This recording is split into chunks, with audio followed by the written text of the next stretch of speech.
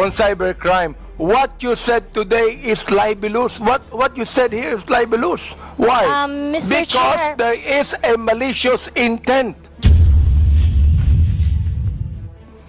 When you use profanities, when you use the word gago, there is a malicious accusation, and that is libelous. Mr. Chair, if that is your assessment of that kind of statement, you not will only have your... libelous, Mr. Chair. Dali lang, ha? Not only libelous, ha? That is also unjust vexation on my part. Mr. Chair, again, Ms. Cruz, do you believe that freedom of expression is not absolute? Yes, Mr. Chair. You do. Of course, I'd like to ask the other bloggers if they also believe that. Yes, Mr. Chair. You also believe that? Okay. Sir, Now, there's always a limitation. Ms. Cruz said, yung kanyang statement sa YouTube, no? Na profanities, insults, malicious is a healthy discourse. Gusto kong tanungin yung mga vloggers natin, do you agree with her on that? Yes. That profanities, insults, and malicious accusations is a healthy discourse and a part of the freedom of expression? We would like to ask every blogger to answer me yes or no if they believe in that. Mr. Chair, can I be recognized? Yes. Mr. Chair, no other than the highest court of the land has repeatedly said na hindi po masama ang pagmumura, lalong-lalo na sa mga pampublikong opisyal, especially kung ang pinatutungkulan po ay yung official functions nila. Not the person, but their official functions, Mr. Chair. So yun po ang paninindigan, lalong-lalo na po namin bilang mga manggagawa, dahil kahit meron pong TikTok, Facebook o social media, sa komunidad po, yan ang lengguwahe ng mga manggagawa at ordinaryong Pilipino na nagagalit. Hindi po kasalanan ng mga vlogger o ng mga gumagamit ng Facebook, TikTok, X o kung ano pa mang social media platforms kung bakit merong ganito na mga pagmumura o profanities. Ito po ay lengguwahe ng mga manggagawa at ordinaryong Pilipino na Mr. nagagalit. Chair, Mr. hindi Chair. ko, Mr. Elijah, hindi ko binabagit yung lingwahe ng ordinaryong Pilipino. Ang binabanggit ko, lingwahe ng vlogger. Hindi ka ordinaryong Pilipino. Mr. Chair. Tatandali lang, kasalala pa ako eh. Alright. Hindi ka ordinaryong Pilipino. Tama, mali? Ordinaryong Pilipino ako, Mr. Chair. Hindi ka ordinaryong Pilipino, vlogger ka eh. No, I'm manggagawa ako, Vlogger Mr. ka. Chair. Lahat pa ng ordinaryong Pilipino, vlogger? Mr. Chair, manggagawa ho ako Andali lang, na may andali lang. platform ho. Andali So, lang. ordinaryong Pilipino ho ako, Andali Mr. lang. Chair. Mr. Vlogger ka Chair, eh. point of order. We have our rules here. I think the resource person cannot answer without being recognized by the chair. Sorry, Mr. Chair. Okay, to all reminder to all resource persons, let the interpolator finish his line of questioning in his statement, and resource persons can only talk when the chair recognizes them. Okay. Nabanggit mo kanina na yung profanities, yung insult, yung malicious accusations, kung yan ay sinabi sa kanyang, ang tawag doon, functions bilang public official, okay yon. Yung sabi mo, di ba?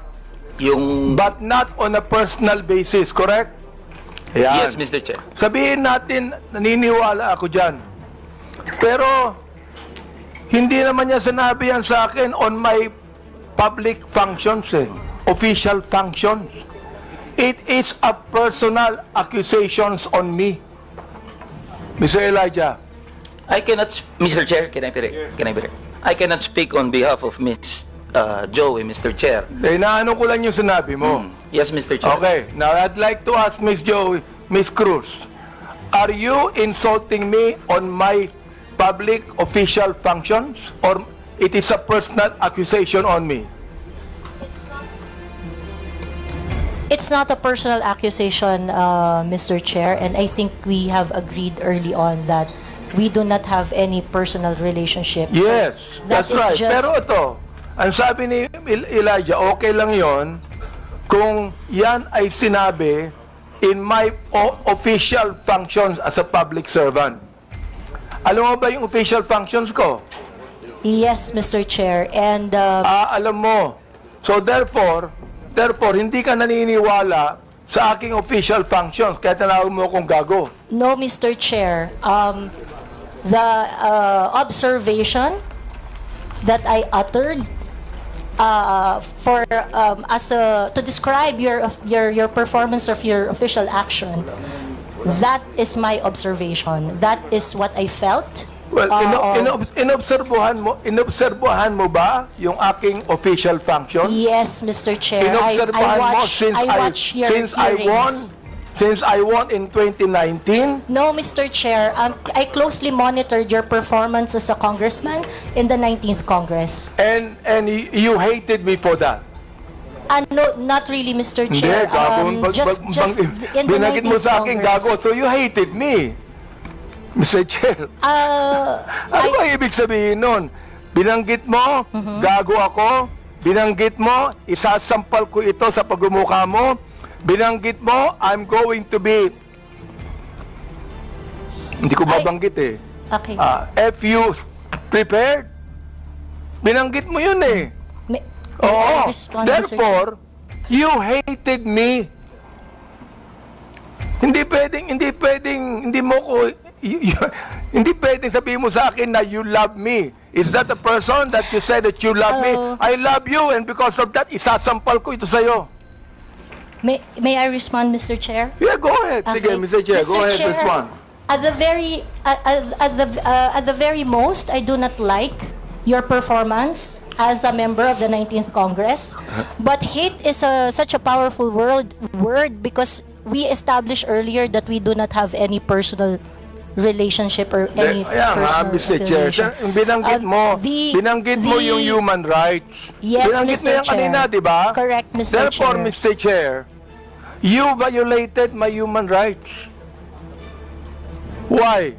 Because when you said those profanities, those insult, yung gago, yung isasampol ko ito sa pagbubuka mo, you violated my human rights. You did. May I respond, Mr. Chair? Teka, Mr. Chair, hindi ako nagagalit sa'yo. Okay? At wala akong pakialam sa'yo. Kahit na anong sabihin mo, okay lang sa akin. Alright? Pero itong ating pinag-uusapan ngayon, merong kinalaman sa mga legislation na aming gagawin later on. That is why I am asking you right now. Sapagkat napakahalaga nito. Kapag binabanggit mo, if you're saying that using profanities, insults, and malicious accusations online represent fair and respectful discourse and a healthy discourse, therefore you're telling us that the freedom of expression is absolute. You can say anything you want, and that is freedom of expression. Yun ang sinasabi ko, Mr. Chair. May I respond, Mr. Chair? Pag binanggit mo, if you said that freedom of expression is not absolute, therefore, there are certain things that you cannot say. Yun ang ibig sabihin nung freedom of expression is not absolute. May limitation yun. Di ba? Oh. Go ahead. You can answer now. Okay, thank you very much, Mr. Chair.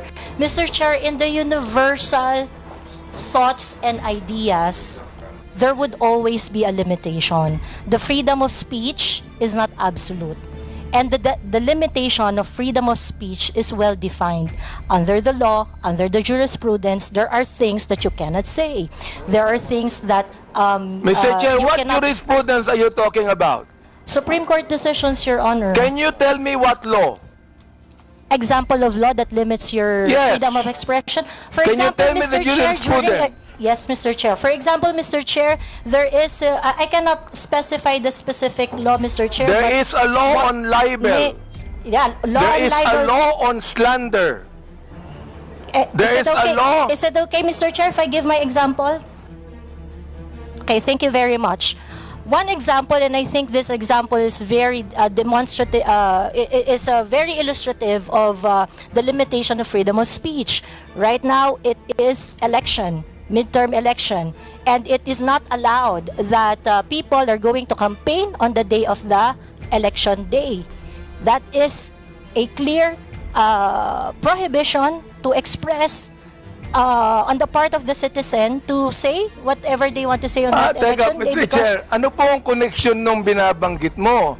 I'm asking you about the jurisprudence. I just told you that there is a law against on libel, on cybercrime. What you said today is libelous. What you said here is libelous.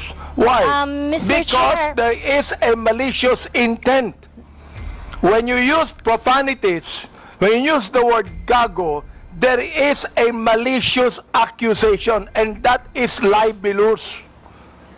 Mr. Chair, if that is your assessment of And that kind of listen, statement, you not will only have your... libelous, Mr. Chair, dali lang ha, not only libelous, ha, that is also unjust vexation on my part.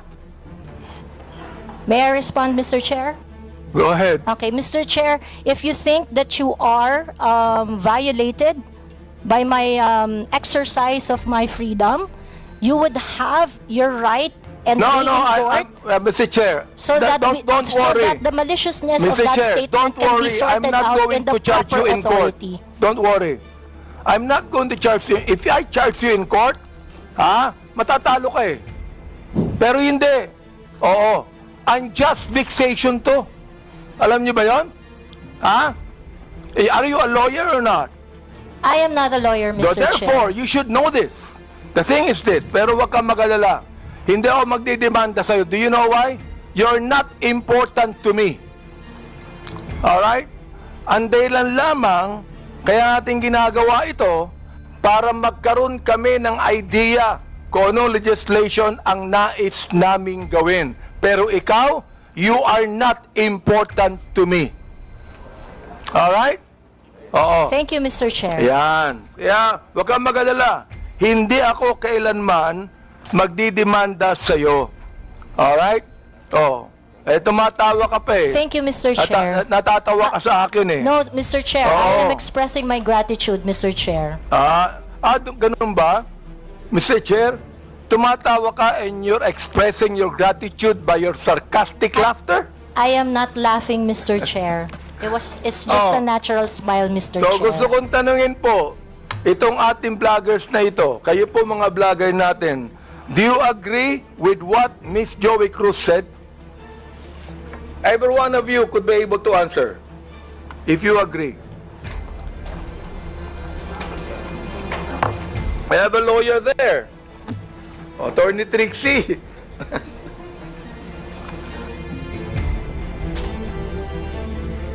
Attorney Trixie, you have the floor. Thank you, Mr. Chair. I disagree with Ms. Joey. I believe that there is, instead of a limitation on the freedom of speech, I believe that speech is either protected or not protected. Thank you very much. Those that are covered by the law, such as the law on inciting to terrorism, inciting to rebellion, and so on, are unprotected speech. And those that are not covered by any limitations by the law are protected speech. The Supreme Court has said that expressions of frustration are protected speech. And therefore, although we differ, Ms. Joey and I, on the approach to the problem, we agree on the solution. Okay, let me ask the other bloggers that we have. Each of you could be able to answer and tell me if you agree with Ms. Cruz on that. Your Honor, Mr. Chair, I am Dr. Mata. I'm a bit forgiving on those things sometimes, Mr. Chair, because sometimes people are so expressive that we tend to say things. Then I could cite, Mr. Chair, your example on the last hearing. You mentioned something as well. I won't mention it now, but you said it's something, but I know it was withdrawn as well. So there's no, I'm not affected by what you said, because sometimes you're just, in your emotions, you tend to say things, which you said, TANGA, but it's okay, Your Honor. Mr. Chair, let me answer that, no? When I say TANGA, binalik ko lang sa kanya eh. Siya ang unang nagsabi. Siya ang unang nagsabi. Para bang pinukul ka ng balisong, nasa lubong yung balisong, binalik mo sa kanya. Kaya ako binanggit. Hindi ako ang unang nagsabi. Ang unang nagsabi, yung vlogger mismo. Ibinalik ko lamang sa kanya. Oh, ngayon, ako ang masama. Samantalang yung vlogger na nagsabing tanga ang gobyerno, hindi masama. Nung ako ang nagsabing tanga, ako naman ngayon na masama. Ano ba talaga, Mr. Chair? Yes, thank you for your explanation on that, Mr. Chair. Mr. Chair.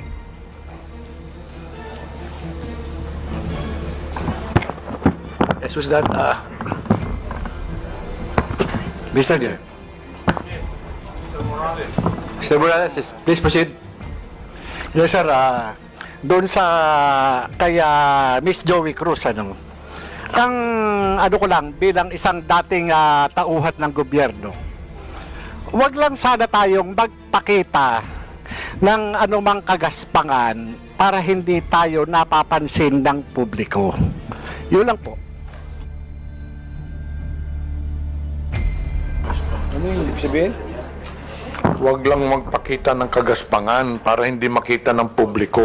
Yes, Your Honor, Mr. Chairman. Yun lang po. Kasi kung magpapakita tayo ng kagaspangan at makikita ng publiko yung hindi na ayon na kilos ng isang public official, talaga makikita po tayo. At yung mapapansin ng publiko. Huwag naman sana tayong masasaktan. Sinong tinutukoy mo, Mr. Chair?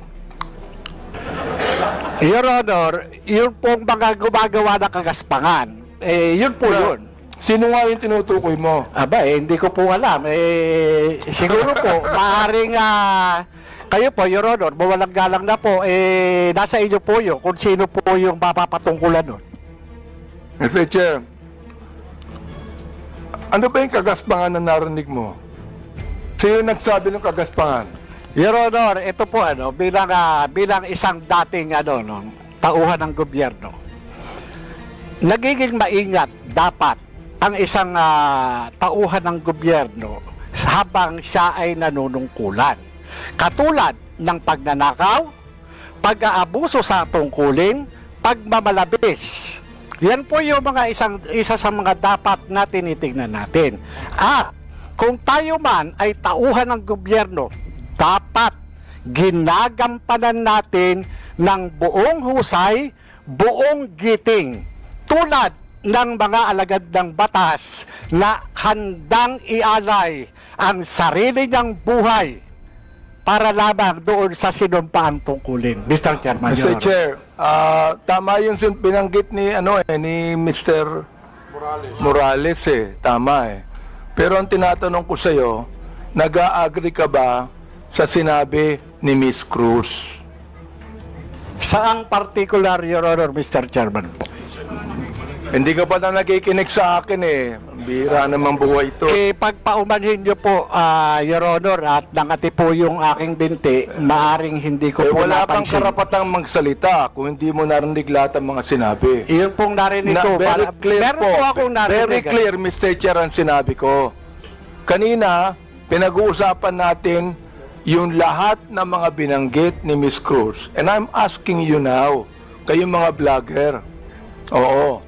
Mga objective naman kayo, di ba? Ano ang palagay nyo rito? Palagay nyo ba na itong malicious, ito ulitin ko para malaman mo, itong malicious, profanities, at insults, accusation na ibinigay po ni Miss Cruz, ay Kasama po yan sa tinatawag nating protected discourse o kaya naman healthy discourse or freedom of expression. Yun po pinoprotektahan ng batas. Ito po yung pong opinion o saloobin ng isang mamamayang Pilipino patungkol doon po sa pagkukulang ng isang public officer. Yun po hindi pinoprotektahan ng batas. Ito po yung pag-iengganyo ng paggawa ng illegal o labag sa batas. Yung pagkukulang, Mr. Chair, kung walang ginawang illegal, may karapatan ba siya? Kung walang ginawang illegal, Your Honor, depende po Depende po sa napapansin at Bilang, po sa nagbibigay ng opinion, Your Honor. Miss Joey, meron po ba akong ginawang illegal? Meron po ba? Nothing that I said in my Yun, blog. wala akong ginawang illegal. Meron ba akong ginawang immoral? There are things that I may not agree. You may because of not agree, differences. that's fine Yeah, with me. Yeah. Pero ang tinatanong ko, meron ba akong ginawang immoral? Differences I in agree values, that there Your are some Honor. things that you Differences do in- not agree. Okay lang yun sa Differences akin. in values, Your Honor. Di ba? Pero wala akong ginawang immoral o illegal. You said that yourself. So therefore, anong ibig sabihin ng profanities, insults, and malicious accusations you gave to me? Yun ang tinatanong ko. Ha? May I answer, Your Honor? Yes, go ahead. Okay. First of all, Your Honor, I would just like to take exception once again that I never agreed to anything, any statement that is malicious as part of freedom of speech. It's not. What I said are not malicious. Those are observation on my end, and the profanity is part of part of my expression of discontentment, disgust, because my expectation for a public officer is not Therefore, met. Mr. Chair, when you're saying that a public official who is not doing anything illegal or immoral, and you said something malicious, insult and profanities, Again, that is your observation. And you have the right to say that. Again, Mr. Chair, I am taking exception on the malicious statement. My statements are not malicious because my statements are always pertaining to the exercise of the public duty of the officer I am responding So to. or therefore, when you reacting said to. gago, that is not malicious. That is not malicious, Mr. Chair. Okay. That is not malicious, ha? Yes, Mr. Chair. Oo. Pero ako, Miss Cruz, kahit kailan, hindi naman kita kilala, hindi ko alam ang ginagawa mo, wala akong karapatang tawagin kitang gago. And I respect your opinion, Mr. Chair. Not my opinion. That is my belief. I Iba yung respect your opinion, belief, Mr. iba Chair. yung belief. Okay. I'd like to ask the other vlogger if they agree with Miss Joey on that. Una po, I agree po na this is not malicious kasi na-establish na po na hindi po namin kayo kilala personally. And kung sabihin namin mahal namin kayo, it is because of your work as public official. Hindi po ibig sabihin mahal po namin kayo bilang kung ano pa man, malisyoso. And when we say we don't like what you are doing, it is also not malicious. It pertains to your job as a government official. So I think magkaiba din po kasi yung sukatan sa public official and also private citizen. So I think it's important for us to understand the difference of and the limitation doon sa public official and sa private citizen. And I agree po. Lahat po ng sinasabi namin sa inyo, because we don't know you personally, are not malicious. It's not personal. It's about your job lang po. Sometimes, Mr. Chair, I'm not onion skinned, ayan, kilala ako ni Congressman Glenn. Kaibigan ko yan. I'm not onion skin. Ang ibinabagit lamang natin dito is how do we limit this? How do we regulate this? Yun ang aming inaanong batas. How do we regulate this kind of statements, na masyadong personal to eh. Diba? Hindi ko na nga pinapansin eh. Oo. Kung hindi lang binigay sa akin itong mga bagay na sinabi eh, makikita ko ba to? Hindi ko nakita to eh, Miss Joey Cruz eh. I don't even care about that anymore. Hindi ako apektado dito eh. Hindi ba? The thing is this, kayo makakatulong sa amin for us to be able to craft a better legislation to what? To tell you that the freedom of expression is not absolute. Yun ang nais naming sabihin dito. Oh, so yung the rest of the bloggers, if yes, Attorney Glenn, go ahead. Thank you, Mr. Chair. While we recognize the plenary power of this Congress to enact legislation to limit freedom of speech or expression, I would just like also to exhort the members of Congress, the honorable members of Congress, to remember that the exercise of free speech, public officials should not be onion-skinned. I know hindi po kayo onion-skinned, Congressman Honorable Abante. Public officials should not be onion-skinned, and that free speech serves as a scalpel that removes the abscesses of officialdom. I quote the jurisprudence. It's a landmark decision of the Supreme Court. So we have to make a tight balance between limiting the freedom of speech and, of course, when it comes to public acts of public officials. Yun na po, Mr. Chair. May we hear the others, Mr. Chair?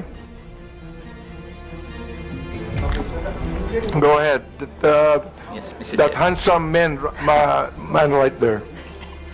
Ako po, Mr. Chair. May I be recognized po? Mr. Chair, sundan ko lang po yung binanggit po ni Attorney Trixie about protected speech. I don't know the specifics of what Miss Joey said. Be that as it may, Mr. Chair, kung yung pong mga binanggit niya ay nakapatungkol po sa official function, then it is warranted. If it pertains to the personal po na buhay, then it is unwarranted. Naiintindihan po namin yung predicament, Mr. Chair, ng mga congressman natin, ng mga public official natin na talagang nasa scrutiny ng taong bayan. Pero hinihingi rin po ng taong bayan, lalong-lalo na ng mga manggagawa, ang pag-intindi po ng ating mga congressmen doon sa kung ano yung nararamdaman at ano yung pakiramdam, emosyon ng mga tao patungkol doon sa function po ng ating mga public official. I believe yung mga binanggit po ni Miss Joey, it is part of protected speech. And I think doon po pwede tayong magkaisa. That's all, Mr. Chair.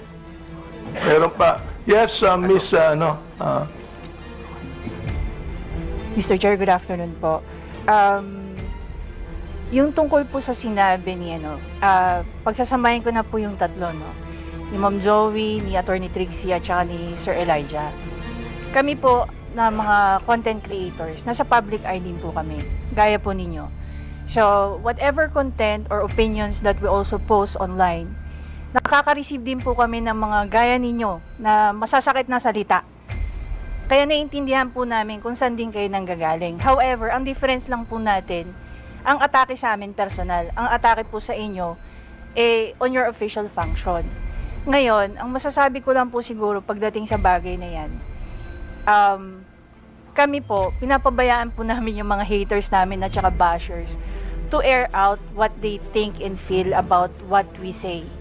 Hindi ko naman din po sinasabi na dapat ganun din po kayo. It so happen lang that sa inyo po, pagdating sa mga nasasabi nyo po, sa mga press briefing nyo po, sa press con ninyo, or even sa mga pinapublish sa news, ang sa aming mga content creator, naka-anchor kami lagi kung ano lang po ang nasasabi ninyo. Mr. Chair, Miss Batalya, Yes po. gusto ko lang pong banggitin din, Alam mo, natanggap ko itong mga bagay na ito since Quadcom days eh. Hindi ako binabas ng sino man bago ang Quadcom. Bakit kaya? Di ba? Share if I may. Hindi ako nababas eh. Oo, ngayon lang talaga. Hindi ko alam kung bakit eh. Oo, yun ang gusto kong sabihin sana sa inyo. Diba? Yes,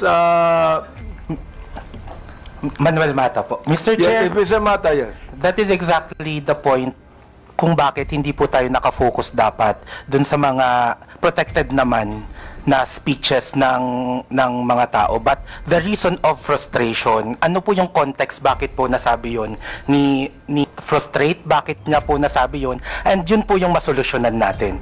I think dun po sana tayo nakafocus, and I think yun yung rason kung bakit sinasabi ng batas natin na dapat hindi onion skinned yung mga government official para nakafocus tayo doon sa totoong problema and cause of frustration ng mga tao. Mr. Chair, sinabi ko na hindi ako onion skin, di ba? Yes po, Mr. Chair. The fact that you are here talking with us Yes. with this kind of respect is, I agree. Kaya, Mr. Chair, hindi ko talaga, since the time na yung Quadcom, hindi ako nagsalita ng anuman sa inyo o nag-vlog sa akin. Miss Joey, hindi ka nakarinig sa akin anuman salita, di ba? Miss Joey, you have never heard me say anything against you or about you. Am I right? Yes, sir. Yes, Mr. Chair, we do not know each other personally. Ayun. And then, ganito. I have never said anything about you nor anything that you have said against me. Am I right?